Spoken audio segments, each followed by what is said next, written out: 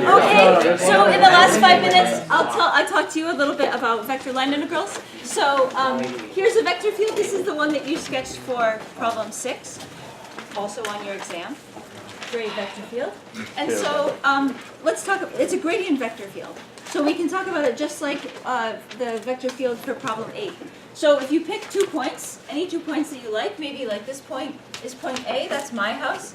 And then maybe this point over here is point B, that's your house. And we just want to hike from my house to your house. There's lots of ways we could do it. We could go, I don't know, maybe like this. So we could call this curve C1. And then we could say, well, what is the hike like if I go like that from my house to your house? Well, at the beginning, the mountain goes up to my right, and so I'm just hiking like along a level curve. I'm not increasing at all. But then, these vectors, which I've now obscured with my curve, that's okay though, I can draw them nearby, are going in the direction of my curve, so I'm going uphill. So the hike from my house to your house is flat at the beginning, and then uphill. So if we estimate this, that would be the integral over C1 of the gradient of f dot ds in the vector direction that I'm going. And that's positive because it's 0 at the beginning and then positive afterward. And then suppose I connect it by some other curve. I don't know, maybe I'll go like, so many ways I could go. Maybe I'll go like this. Oh gosh, that's so complicated. So at the beginning, I'm going uphill, still going uphill, still going uphill. Now here, it seems like it's basically perpendicular to the curve. So here it's up, up, 0, then it's down. Here it's still down. Here it's 0. Now it's uphill again. Now it's uphill again. And here it's like a kind of uphill. So the hike to your house, if I went this one, would be like uphill, then downhill, then uphill. So up, then down, then up. So we could estimate the size of the thing, but I think, this is curve C2, that the integral over C2 of the gradient of f dot ds would also be positive. And it turns out that what the meaning of this integral is the total elevation change. Because at each point, you're figuring, like, am I going uphill or downhill or nothing?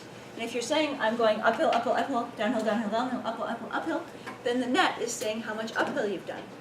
So the meaning of all of these should be equal, and these equal the net elevation change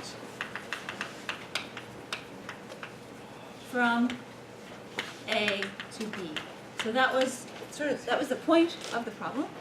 And notice that what we're doing here is that, well, you know, this is a function f of x, y, and you know that when you take a gradient, it's essentially taking a derivative, taking the derivative with respect to x, derivative with respect to y.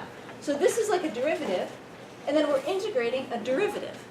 So if you're integrating a derivative, well, you might as well just use original function. That's like the Fundamental Theorem of Calculus. So what we can do, this is the net elevation change from A to B. Really, it's the elevation at B minus the elevation at A.